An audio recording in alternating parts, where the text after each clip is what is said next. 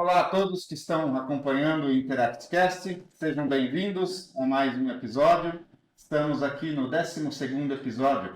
Dessa vez, estamos trazendo aqui o Sr. Celso Neto, que faz parte do Conselho Administrativo da Gascat, uma indústria 100% nacional e que vem se destacando no mercado internacional também, de soluções para gás, para Equipamentos de pressão, de medição, instrumentação para gases em geral. Gás natural, hidrogênio, que está muito em moda, biogás também está em moda, mas a gente trabalha com todos os gases. essas soluções todas. Senhor, Prazer em estar aqui.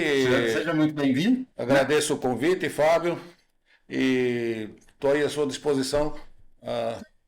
Senhor Neto, conta um pouco da sua trajetória profissional dentro da Gascat, no seu como engenheiro.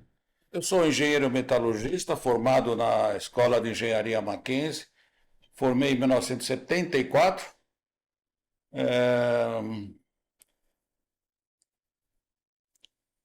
De lá para De cá. lá para cá, eu fiz estágios em várias empresas, no IPT, parte de desenvolvimento, de pesquisa. Trabalhei na Ferropeças Vilares durante quase 10 anos, na fundição, sou metalurgista, né? Então, você sai da faculdade com grandes ideais, trabalhar em metalurgia, metais ferrosos, não ferrosos, ligas metálicas, fundição, fundir, moldar as peças. E então você sai com essa vontade. Durante 10 anos, realmente, eu trabalhei nesse setor que eu poderia considerar assim a minha profissão, a minha raiz. Minha raiz foi a metalurgia. Metalurgia. E durante esses 10 anos eu trabalhei nessa empresa, na Vilares. Aí a Vilares trocou de diretoria, veio uma diretoria da General Motors com dezenas e centenas de padrões novos. Eu não me adaptei a esses padrões e pedi a conta para sair. Então eu fiquei 6 meses desempregado, até que me convidaram para trabalhar numa empresa francesa de 4 funcionários. Ela tinha apenas 4 funcionários, a empresa se chamava Gasotec. Isso em 1984. Me formei em 74, em 84 eu entrei na Gasotec como gerente geral da empresa, substituindo um francês cuja trajetória de vida não se adaptou ao Brasil, principalmente a esposa dele. A esposa dele não gostava de ficar no Brasil e queria voltar, então os franceses que tinham um negócio iniciando aqui no Brasil falaram, então vamos contratar um brasileiro, um jovem brasileiro. Na época eu era jovem. Começamos a trabalhar dentro de uma outra empresa francesa, então era assim, como se fosse um ninho, né? Um bebê nascendo dentro de uma empresa grande que chamava-se Barbará na época. Metalúrgica Barbará. Era muito grande a Metalúrgica Barbará, tinha 400 pessoas e era totalmente francesa. Voltado para esse ramo aí também. Voltado para metalurgia, válvulas e tal. Eles até gostaram, porque eles não conheciam nada de válvulas para gás, equipamentos para gás. Eles não conheciam. Ganharam know-how aqui. Eles começaram a ganhar um pouco de know-how e eles gostaram disso, porque os franceses, que eram de outro grupo, não era do mesmo grupo Barbará, começaram a trazer esse know-how e fabricar dentro da Barbará. Mas eles tinham um escritório próprio na Rua Pamplona 25, que era uma casa, e eu ficava na casa e na Barbará, e saía para vender. Comecei a aprender os produtos, fui para a França inúmeras vezes, tinha que ir de 6 em 6 meses, fiquei acumulando experiência na área também. Fiquei 6 anos indo para a França 2 vezes por ano, só 12 vezes mostrando aos franceses o investimento que eles tinham feito aqui, um investimento baixo mesmo na época. Mas de qualquer jeito, todo empresário que investe quer seu retorno. Por mais que seja pequeno ou grande, ele quer seu retorno. E com razão, né? Sim. Ele investiu, ele quer o retorno. E E daí, como é que foi essa transição aí para Gascate? então, aí o que aconteceu? Começamos a vender, começamos a fazer bons negócios. O francês foi embora, eu fiquei no lugar dele. Uhum. Eu sempre fui muito aguerrido, comecei a vender em empresas químicas, em empresas. Comecei a trabalhar inclusive com a Comgás, que eles já trabalhavam com a Comgás. Mas era assim, tipo 5 equipamentos por mês, 5 válvulas por mês. Eu punha no meu carro no Del Rey, era um carro Del Rey que eu tinha, E era rebaixado com o peso das peças. e um Del Rey que eu colocava as pranchas de surf em cima, tinha aqueles Bagageiro. bagageiros e tal. Eu colocava as cinco válvulas para com gás no porta-mala e todo dia 27, 28 eu ia entregar essas válvulas. Esse era uma das provisões que a gente tinha no mês, que ajudava muito a pagar a conta dos funcionários. Nós éramos em 4, 5 funcionários, então isso ajudava porque era mensal, era algo que caía todo mês, né? Era só eu entregar as válvulas, fabricar, e eu recebia. Então todo mês eu tinha um Uma garantia recebimento. ali, né? Tocava, né? E com isso nós começamos a crescer. Eles contrataram um gerente brasileiro e gostaram, né? Porque comecei a me relacionar com várias indústrias químicas, tal, tal, tal. Bom, estava indo tudo muito bem, tudo maravilhosamente bem, até que chegou o senhor Collor de Mello. Plano Collor, 1990, 1991. E o que aconteceu? Eles limparam o nosso caixa.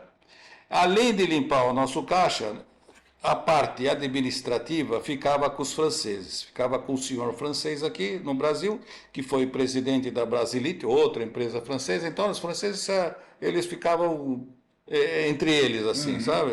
Sim. A parte mais financeira, assim, ficava sob controle deles, né? E tá tudo certo, eu acho que está correto, corretíssimo. Eles têm que, Tava eles têm que colocar controlando pessoas que o capital confiam, né? deles. Com pessoas que confiam, eu acho isso perfeito. Jamais. Eu me atia à minha profissão, que é produzir, engenheirar e vender. Né? A tecnologia que eles trouxeram era muito fraca, então começava a fazer projetos novos desde aquela época. Tinha 2 projetistas, consegui convencer eles a contratar um projetista, já foi muita coisa, que eles queriam que eu fizesse tudo com desenho francês, que era uma coisa difícil. Bom, mas aí veio o senhor Collor de Mello, levou tudo embora, e tinha essa parte administrativa dos franceses, que quando o senhor houve Confisco o lá, confisco dos saldos bancários, descobriram também que a empresa estava devendo PIS e ICMS. Que o gerente que respondia para um francês, o gerente era brasileiro, mas respondia para o francês, era supervisão no francês, não percebia que ele não estava pagando ICMS, não por desvio, nada disso. Mesmo? Porque não tinha caixa. Não tinha caixa, então não falava nada. Ele foi levando, depois chegou a conta depois de 4, 5 meses, logo depois do plano Collor, para piorar a situação, veio essa conta enorme. E eles falaram, bom, chega de Brasil, chega de nossa aventura, porque no fundo lá os franceses fazem muita fofoca, né? Então, entre esses grandes grupos lá, falaram, o que estão fazendo no Brasil? Eles retiraram o investimento? Retiraram o capital daí? Não tinha mais capital. O capital era alguns modelos de fundição, era ridículo o capital. O capital que eles tinham colocado aqui era ridículo. Eles puseram muito pouco capital. Mas a dívida era 100 vezes o capital. A dívida Foi embora, né? PIS e ICMS era 100 vezes o capital. Aí eles queriam ir embora. Só que para querer ir embora, para poder fechar, não pode.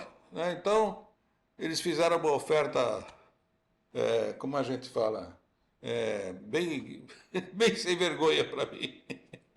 A oferta é a seguinte: você fica com a empresa na época era franco francês, por um franco francês, você aceita? Você fica com a dívida.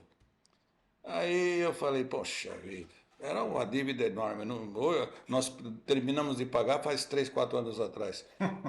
Você tem uma ideia, 30 anos pagando essa dívida. Pagamos tudo. Ou E seja, então tá respondido. O senhor pegou a oferta. eu peguei a oferta, mas antes de pegar a oferta, eu peguei alguns engenheiros que eu já tinha contratado, brasileiros, todos eles.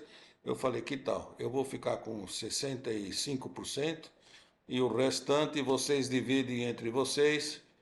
Vocês topam? Aí era eu e mais 4 engenheiros. Aí eles toparam. E desses 4 engenheiros, um saiu, montou sua própria empresa, os outros ficaram comigo até hoje. Um faleceu o ano passado. Esse outro meu sócio que se formou comigo na engenharia, inclusive, eu trabalho com ele há 50 anos, somos colegas de turma de faculdade. Eu já falei para ele que já fiquei mais com ele do que minha esposa. Mas então ficamos juntos até hoje. E deu certo. É o casamento que deu certo com Foi todos nesse os momento que surgiu o Gascat. Foi nesse momento que surgiu, a gente chegou com a seguinte ideia, porque como a Gasotec devia muito para o governo, ela não podia fazer um cadastro para fornecer para essas empresas estatais. Então a gente falou, bom, vamos fazer a Gascat vai ser a distribuidora da Gasotec. A Gasotec vende para a Gascat e a Gascat está com a ficha limpa, vende para as estatais. Então foi assim que a Gasotec era a dona da tecnologia, fornecia para a Gascat. Basicamente uma representação comercial. Uma representação comercial. Era na mão de vocês mesmo. Exatamente, que era totalmente legal, consultamos vários advogados, vários escritórios de advocacia, fizemos a coisa 100% legal e pagamos todos os impostos, fizemos com a Gasotec, nós fizemos na época, como chamava, não sei se era Finame, não é Finame, era um pagamento parcelado por 30 anos do PIS. O ICMS foi 7 anos ou 10 anos, eu não lembro direito. O ICMS já pagou faz muito tempo. Foi controlado daí também. Foi controlado e conseguimos levar a empresa até hoje. De 4 funcionários, hoje já chegamos a 160 funcionários. Bom, essa aí foi, vamos dizer assim, a fundação, né? Os primórdios aí, né? Isso aí mais ou menos em 95, mais ou menos? Sim,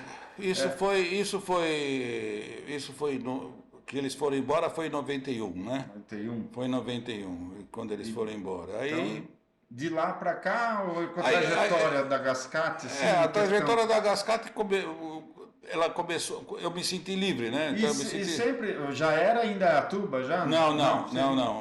Quando vocês trouxeram ela para cá? Em 97, 98, era em São Paulo. Era em São Paulo. Em São Paulo. Era da Interlagos. Era um prédio alugado, um galpão alugado, perto da curva do Sena, lá em Interlagos. E nós trouxemos ela para cá. A gente montava a gente já tinha saído da Barbará, a gente montava nossos reguladores com fornecedores de usinagem locais. A gente montava lá na Rua Monastério, Interlagos. Aí tinha o problema do proprietário, do aluguel, que não sei o quê. Eu comecei a procurar terrenos nessa região aqui, Itu, Salto e tal, e vim parar aqui em Indaiatuba. Comprei um terreno, na época, acho que era de 4.000 metros ou 7.000. Essa questão que vocês mudaram aí de São Paulo para Indaiatuba, você viu alguma oportunidade na localização aqui? O que o senhor enxergou? Eu procurava terrenos da região e aqui eu achei perto de Viracopos, Porto Internacional. Achei que ia crescer Viracopos e dito e feito, Viracopos cresceu, que é uma coisa de louco. Né? A SP-75 estava começando a asfaltar, e já estava com um projeto de fibra ótica em todo o leito da SP-75. Eu falei, bom, isso vai ter uma internet super rápida aqui. A região é espetacular, toda a infraestrutura necessária que a gente precisaria, mão de obra, tem Senai, tem Senac, Sim, tem Achei, toda essa- achei o lugar excelente. Segurança, principalmente, segurança, saúde, hospital, escola para os funcionários, para os filhos de funcionários. E mudou de E Mala e manda- Cunha, vieram morar aqui também? Viemos todo mundo. Ficou duas pessoas para lá, que é a nossa gerente financeira, Dona Maria Amélia, ficou para lá, e esse meu sócio também ficou para lá, o José Eduardo Ferreira. Também ficou em São Paulo, mas depois de 2 anos veio todo mundo para cá. Eles ficaram, eles ficaram lá num escritório, a gente alugou uma casinha lá, eles ficaram no escritório, precisava ter algum ponto em São Paulo, aí não podia sair repentinamente. Sim. E aí depois fechou tudo, veio tudo para cá, Certo. certo? Bom, como é que foi além da mudança de sede, como é que foi assim, essa questão de conquistar clientes? Então, Porque hoje a Gascate é uma referência mundial. Hoje é. Hoje a gente exporta para 35 países, a gente é conhecido praticamente no mundo todo. E, ainda estamos muito no início ainda no mercado internacional, porque hoje a gente tem um mercado de 100%, de 100 a gente fornece 3% para o mercado internacional. Para o mercado nacional, a gente fornece mais de 80%. Então, o crescimento no mercado nacional ele é limitado, mas no mercado internacional ele é totalmente ilimitado. Podemos crescer assustadoramente, podemos dobrar todo ano por mais de 20 anos que ainda a gente tem crescimento. E esse número de 3%? A gente fornece para 30 países e mesmo assim a gente fornece 3%, no máximo 3% do mercado mundial. Quer dizer, é muito pouco. É muito pouco. Tem grandes players no mercado mundial, como o italiano, o alemão, o americano, são grandes empresas, né? Eles têm uma rede de distribuição espetacular, rede de produção maravilhosa, e então é um pouco difícil competir com eles. Mas estamos entrando. Com esses últimos anos, a gente cresceu muito. Exportação hoje representa de 30% a 40% de todo o nosso faturamento. Qual que foi a virada, assim? Teve um momento especial para vocês, pelo menos aqui dentro do Brasil, assim, para vocês crescerem tanto, que 80 e quantos? Você comentou? Mais de 80% do mercado nacional. Hoje a gente tem, no nosso setor, a gente tem 80% do mercado nacional. E como é que teve, porque você falou que você começou ali com a Congás, tal, alguns clientes, então, e foi um crescimento bruto. Foi, assim. Teve algum momento especial que você consegue citar para gente? Então, quando a gente eu fornecia esses 5 reguladores para a Congás todo mês, eram reguladores para gás de nafta. A Congás distribuía gás de nafta, não é o gás natural que ela distribui hoje. O gás natural chegou em São Paulo com o Gaspal e o Gasbol. No Gasbol, na minha opinião, foi a grande virada da Gascate. Apesar de a gente ter feito alguns erros que eu me arrependo até hoje, mas o Gasbol, que foi o gasoduto Brasil-Bolívia, foi em 2000, foi 99 e 98. 98 e 99. O Brasil assinou um acordo com a Bolívia para trazer 30 milhões de metros cúbicos por dia de gás natural. Isso foi a grande virada do gás natural no Brasil. Também em Macaé começou-se a descobrir gás e também teve um gasoduto de Macaé passando pelo rio, vindo dar no anel, no anel de gás de São Paulo. Então, São Paulo teve um boom de gás natural. Explodiu também por equipamento aí também. E nossos equipamentos explodiram junto, fornecendo centenas de equipamentos todo mês, estações. Teve o Paraná, teve Santa Catarina, porque o gasoduto Brasil-Bolívia ele passa ali pelo Mato Grosso, não tinha muita distribuição de gás no Mato Grosso, não na época, hoje já tem. Depois entra para o São Paulo ali, São Paulo, várias cidades ali do interior de São Paulo, vai para Paraná, vai para Santa Catarina. Paraná teve a companhia de gás chamada Compagás, depois a Santa Catarina, SC Gás, depois a Sulgás do Rio Grande do Sul.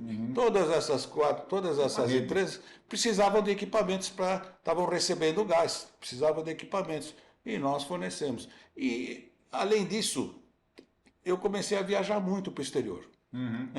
Me senti livre dos franceses depois no ano de 94, 95, e até o ano de 2014, 2015, eu viajei muito para o exterior. Dormia em aeroporto, era uma coisa de maluco mesmo.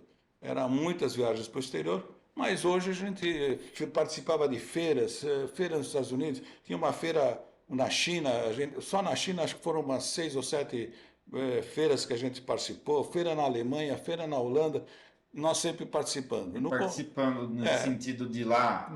Participando, não, participando com o stand, participando com o stand e com equipamentos nossos. Né? Passamos por várias fases, até a fase de ridicularização.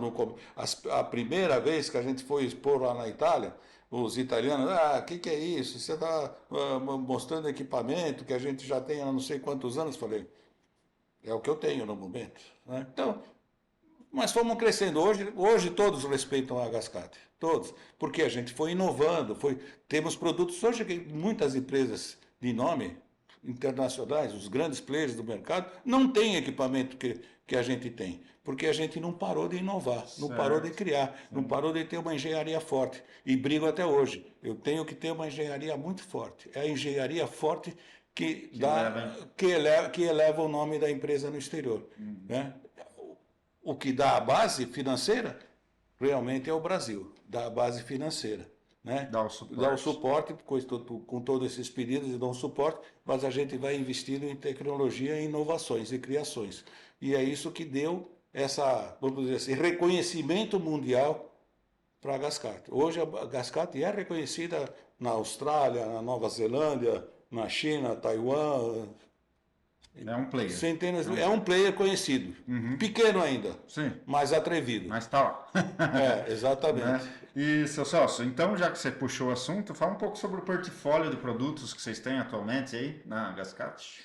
Hoje a gente trabalha, eu diria assim, que 80% no gás natural. Né? Então, hoje a gente é fornecedor das empresas de gás aqui do Brasil, como a Bahia Gás é o nosso grande cliente, a gente agradece muito os nossos baianos queridos.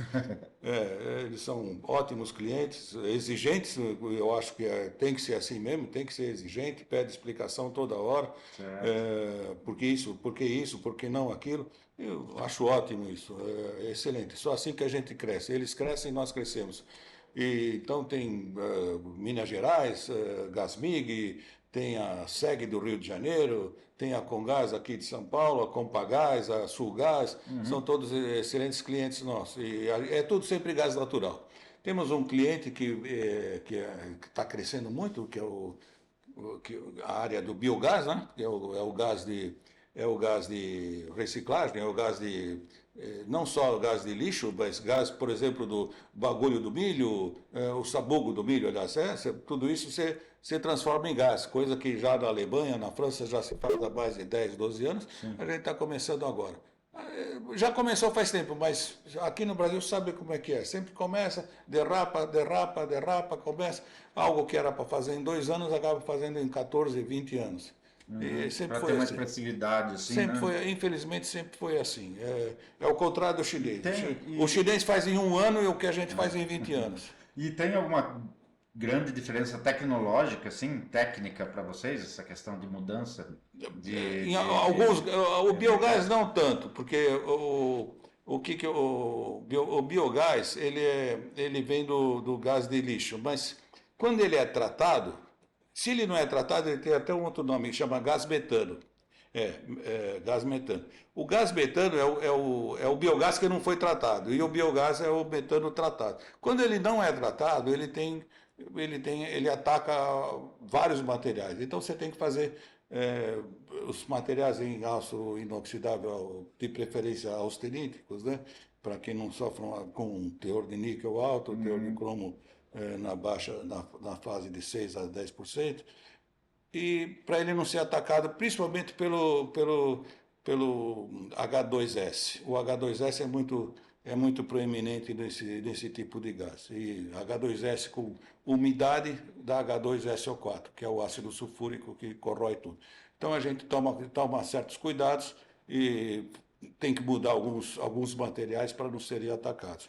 E hoje está muito na voga o hidrogênio. O hidrogênio ele é um gás que me fascina bastante, né, porque ele é um gás de uma molécula muito pequena, né, uma molécula do tamanho, ela é 1/4 do tamanho da molécula do oxigênio. Então ela se infiltra com muita facilidade.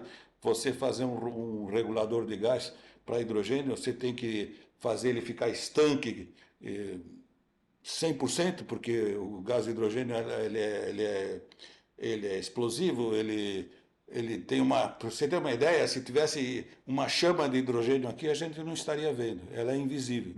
É uma chama invisível. Então ela queima e você, só quando pegar aqui o microfone, você vai perceber que existia a chama aqui. Antes disso você não vê a chama. Nossos olhos não têm a frequência de onda que seria necessária para ver essa chama. Ela é energética? Tem alguma coisa a ver com isso? Não, é a frequência de onda de luminescência que ela passa, que a nossa vista não consegue, o espectro da nossa vista não consegue pegar. Ela é fora do espectro da nossa vista. Então ele é um gás extremamente perigoso por causa disso, porque você não vê a chama. E a chama pode começar e você só vai ver depois que incendiar materiais. Inodoro também. Inodoro também. Percepção inodoro. Também inodoro.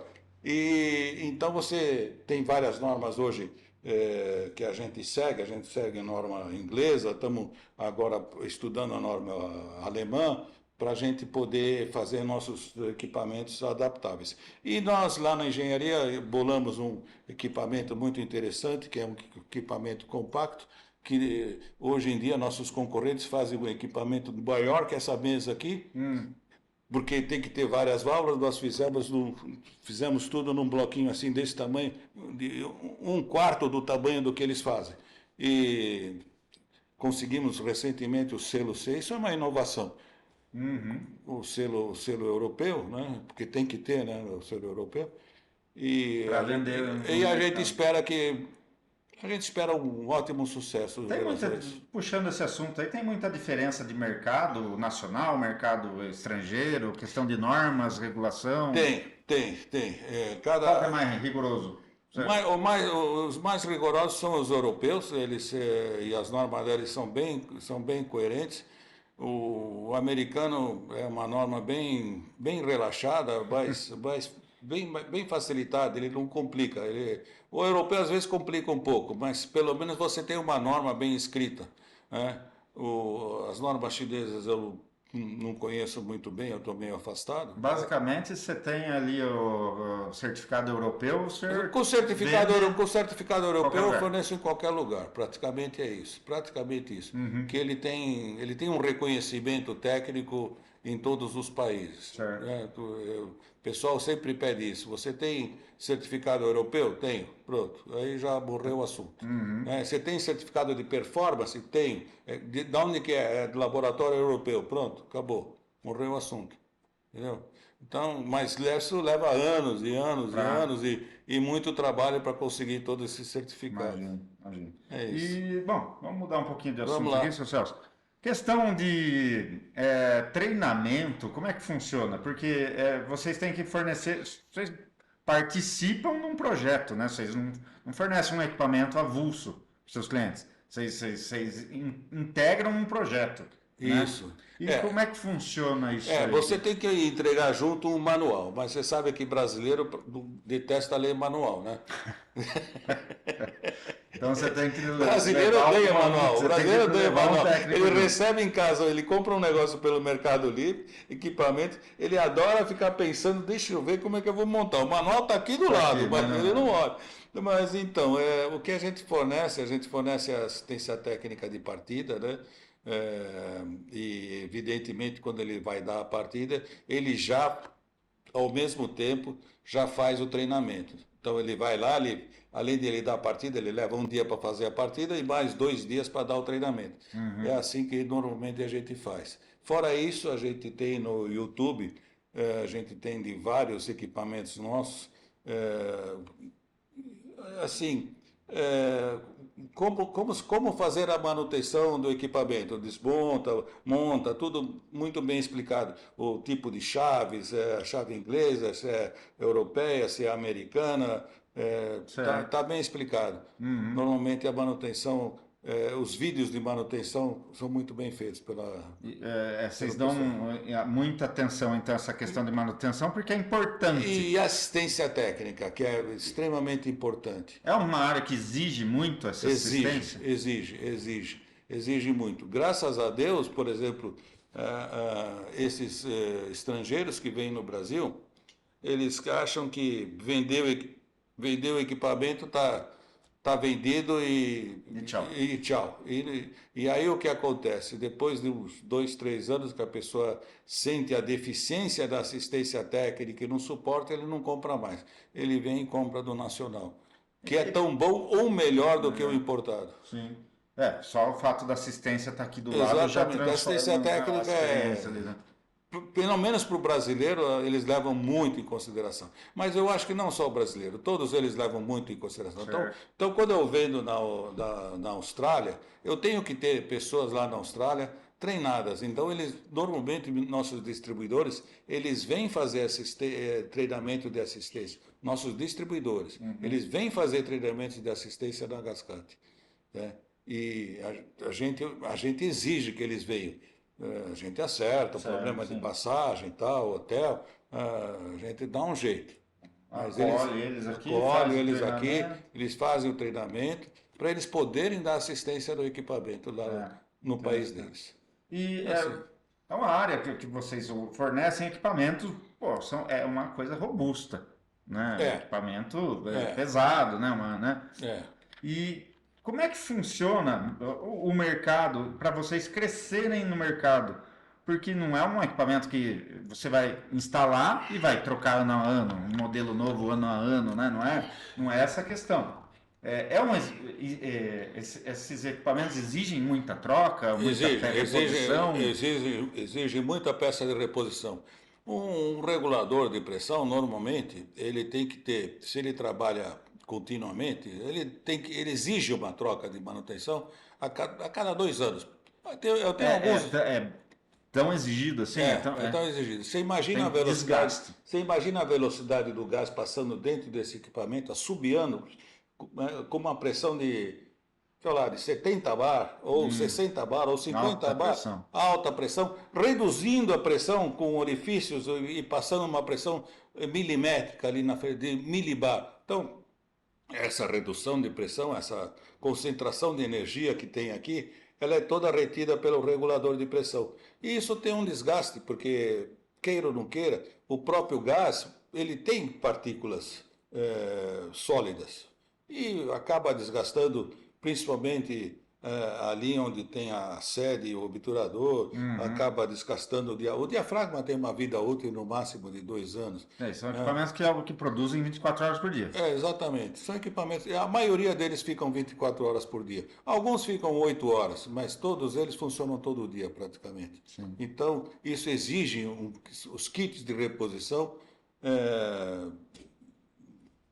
Todos eles precisam. A cada 2 anos precisa trocar o kit de reposição. Tem regulador que trabalha com condições É natural do mercado. Não tem como natural. escapar Todos disso. eles fazem, todos eles têm isso. É a natureza mesmo do equipamento. Exatamente. Sim. Inclusive, eu tenho um concorrente que o coração dele, que ele fala assim, meu, meu faturamento maior vem dos kits de reposição do que do regulador. A gente não pratica isso de jeito nenhum. A gente pratica algo muito justo. Sim, aí eu estava comentando sobre essa questão de crescimento no mercado. Aí se dá basicamente pelo crescimento das operações também dos seus clientes. Certo. Ou não, realmente Hoje em dia, por exemplo, o gás natural continua crescendo no Brasil. E o que vem junto hoje no Brasil é o biometano. O biometano vem logo atrás do gás natural, crescendo bastante. Por quê? O Brasil, com esse poderio agrícola que ele tem, Sim. ele produz muito. Sabugo de milho, folha da uva. E são instalações projetadas para isso. Você colhe a manga, você colhe. E o resto você faz o quê? Né? Você pega a laranja, você faz o suco da laranja, a casca da laranja, você faz o quê? Ou você faz adubo, ou você faz gás. Uhum. E hoje em dia muitos deles estão fazendo gás. E vai começar a injetar esse gás nos próprios gasodutos de gás natural. Então é um mercado enorme que não. É algo que não tem fim. Algo que não tem fim. Isso aí entra como gás sustentabilidade, não? Isso aí, esse tipo de gás entra como sustentabilidade, assim? Entra com alguns benefícios? Entra com benefício, porque é captura de carbono. Carbono que você está deixando de jogar para a atmosfera. Então é uma coisa que vai crescer muito. Não tem a menor dúvida. Isso na França, na Alemanha, naqueles países, até na Polônia também, você vê aqueles campos de biogás enormes, enormes. E aqui, mesmo com esse benefício, ainda não engatilhou muito. Assim. Ainda não engatilhou muito aqui no Brasil. Está crescendo, está crescendo. Nós temos um cliente muito bom, que a gente fornece praticamente todos os equipamentos para eles. Eles compravam equipamentos americanos, hoje compram 100% da Gascat. E a gente percebe como eles estão crescendo. Sim. E, bom, essa questão de inovação, que você comentou também, a questão que você reduziu um equipamento ali de acordo com dimensões ali, é tudo nacional? É tudo nacional, tudo tecnologia da... nacional. Tudo tecnologia nacional. Nós somos lá em tem um laboratório ali para vocês fazerem? A gente faz os testes na própria empresa, o laboratório não está pronto, estamos terminando ele agora. O laboratório não está pronto, mas é tudo feito de forma, a priori, a gente faz a forma teórica, as fórmulas teóricas, depois a gente faz a prática, depois a gente faz os testes e depois comprova em laboratórios do exterior, principalmente. Faz as certificações. E como é que funciona esse processo de desenvolvimento? É tudo com know-how próprio de vocês? Vocês se baseiam? Tudo com know-how próprio, que a gente tem de tantos anos de experiência.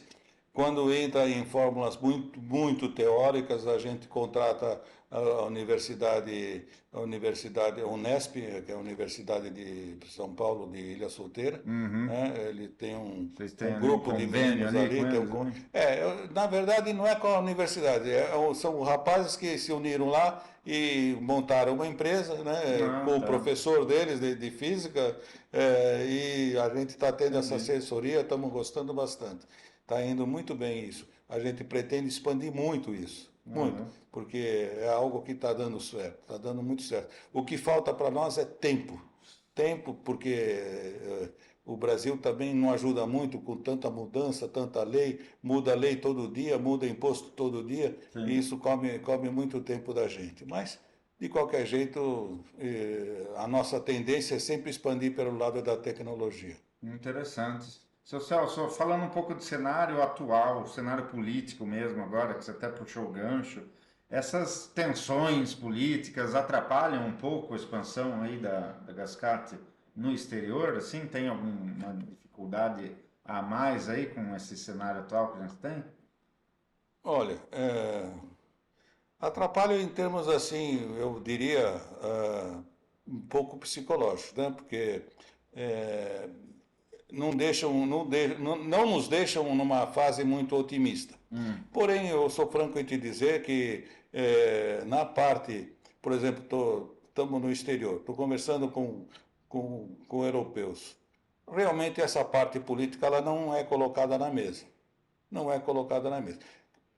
A parte que é colocada na mesa fica comigo, porque eu falo, bom, meus impostos estão aumentando, eu não vou poder concorrer tanto assim. E é uma questão mesmo econômica mesmo, não tem muita diplomacia. Exato, eu vejo assim, o pessoal de Taiwan, pessoal da Coreia, olha a quantidade de jovens que eles têm com formação espetacular, e aqui não, aqui eu tenho que caçar, eu tenho que, quer dizer, por isso que os executivos brasileiros se dão tão bem quando eles entram em grandes corporações. Os executivos brasileiros são procurados, desejados em grandes corporações, porque o que a gente passa aqui, a gente passa plano Collor, plano cruzado, plano cruzeiro, plano cruzado 2. Quem que passa por isso? E a gente resiste a tudo isso. Não é para qualquer um. Bem informado, né? Não é para qualquer um. A gente leva tanto tapa, tanto soco, que dificilmente uma coisa vai derrubar a gente daqui para frente. Então, a parte política, eu tento, principalmente quando eu estou viajando, meu filho hoje viaja no meu lugar, eu não viajo mais, ele também segue mais ou menos a mesma orientação. Sim. Não entrar na parte política, deixar... Não tem muita proteção de mercado, assim, essa questão, assim, vocês não passam muito por isso. Existe, na Europa principalmente. Existe na Europa principalmente. Recentemente a gente tinha uma empresa na Holanda que fornecia, distribuía nossos equipamentos vamos dizer, numa Comgás da Holanda. E segundo eles, eu não sei se isso tudo é verdade, eles falaram, não, temos que comprar de europeus, não podemos comprar da América do Sul, porque o navio que sai de Santos para cá joga tanto carbono para a atmosfera, tal. Eu não sei se isso é a verdade ou realmente eles estavam querendo comprar de europeus. Sim. E acharam um argumento para, entendeu? Então, vai saber. Isso não vou saber nunca. Sim, vou saber nunca. Foi o que chegou. Então nós perdemos um ótimo cliente, tudo bem, já foi substituído, mas devido a essa parte de proteção, vamos dizer assim, proteção. A gente atrapalha muito, principalmente os europeus. No começo não, mas hoje eles estão receosos que a gente realmente pegue o mercado deles, principalmente europeus da parte tanto os italianos quanto os próprios alemães. O que puxa, voltando a isso na parte de tecnologia, o que puxa a inovação nesse mercado são esses novos tecnologias de energéticas, né, de reciclagem. Exatamente. É o que puxa a inovação dentro desse mercado. Então, o que eu vejo assim, da seguinte forma, Fábio. E eficiência energética também, né? Falando um pouquinho de política, né? Por exemplo, a tal da descarbonização. Se falou isso durante 6, 8 anos, né? O ESG, né? Se falou da política ESG, da descarbonização.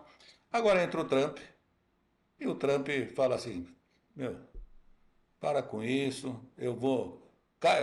Perfurem bastante, né? Drill, baby, que ele fala, drill, baby, perfurem, garotos, perfurem à vontade, faz o que você quiser. Quer dizer, não dá para desprezar um país desse tamanho, que tem, acho que 30% do PIB mundial, que não está nem aí para a descarbonização. Quem ficou com a descarbonização? Europa, Alemanha, França, Holanda, um pouco. São relevantes? São, mas não tem mais a mesma relevância que tinha antes do Trump assumir a presidência dos Estados Unidos. Vai continuar essa relevância ou não? Ninguém sabe. Sim, vai depender. Ninguém sabe. Ninguém sabe. Ele disse ou seja, a política influencia demais. Influencia demais no mercado. E você tem que saber jogar com tudo isso. Na verdade é essa. Você tem que estar com o olho na política e o outro olho aqui. Para entender vai continuar a descarbonização ou não vai? Vai ser forte como era? Não. Forte como era antes não vai ser mais. Isso eu tenho certeza. 100% de certeza. Agora, vai continuar? Acredito que vai mais um pouco. Mas não é como era antes, de forma nenhuma. Entendo. E além dessas tendências tecnológicas, eu estive lá na planta de vocês, tive a oportunidade de ver ali uma questão também de acabamento das peças, a questão de pintura. Isso. E vi ali uma questão de pintura eletrostática também. A pintura eletrostática é uma pintura já considerada uma tecnologia bem consolidada. Sim. É normal já. Sim.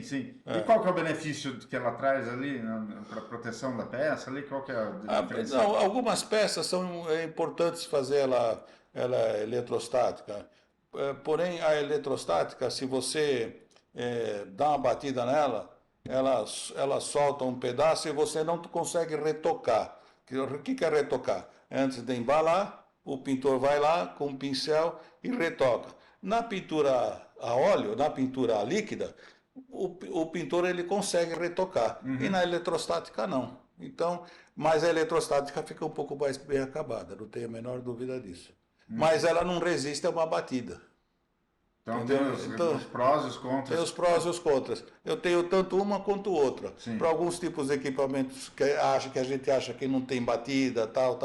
Os pequenos, por exemplo, os pequenos em alumínio, a gente faz tudo eletrostático. E as grandes a gente faz a líquida. Entendo. Porque sempre vai ter uma batida, uma chave que cai em cima, aí ele vai lá e retoca. É uma coisa muito bruta. É, né? mais bruta, exatamente. Sim. Tá certo. Seu Celso, a gente está terminando aqui nossa conversa. Tem alguma visão de mercado assim que o senhor vê que é um desafio para um futuro próximo, que vocês têm que preparar a empresa para isso? Qual os rumos que o senhor acha que esse mercado aí de distribuição de gás? Olha, os rumos eu diria que seriam para qualquer tipo de empresa, qualquer tipo de empresário que queira investir, que depois de uns certos anos ele já tem um mercado sólido vindo para ele todo mês, todo ano, ele tem uma certa solidez já, e se ele quer ter essa continuidade por muitos anos, que jamais fique parado. Nunca se acomode. Fique sempre lutando para melhorar seu equipamento. A vida é uma eterna melhora, tanto no seu corpo, na sua saúde, quanto na qualidade das suas peças. Não só na qualidade, e fica assim, você fala assim, o que eu posso fazer para o meu cliente, quando receber a minha peça, ele falar, nossa, não pensei que ia ser tão bonita assim, ia ser tão elegante assim, que categoria, parece feito por alemães de primeira qualidade, usinagem alemão, entendeu? Então, você sempre tem que estar superando as expectativas do cliente, tanto em acabamento do produto, em performance, como em tecnologia e inovação. É isso que eu acho. Você nunca pode parar, nunca. Você quer parar? Então venda a empresa, ponha novas pessoas lá para gerir, com ideia sempre de inovação, de criação e de melhora de qualidade, e vai descansar, vai cuidar dos seus netos, dos seus cachorros, do seu uísque, e olhando para a praia, que é o que eu pretendo fazer um dia. Ainda não chegou o meu momento. Ainda não está. Vai chegar. Tá certo. Seu Celso, muito obrigado aí pela de nada. Sua participação. Foi um prazer estar aqui com você, Fábio. Todo aí seu conhecimento aí na área aí, compartilhar com a gente aí todas essas informações.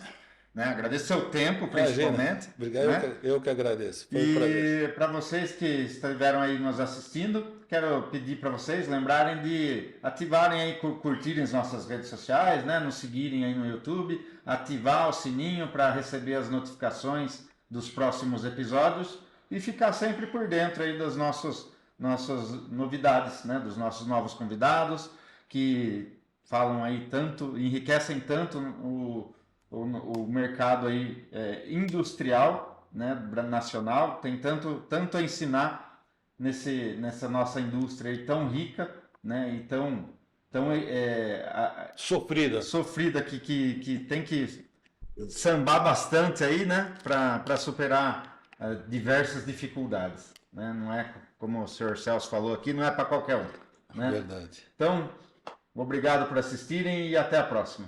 Obrigado.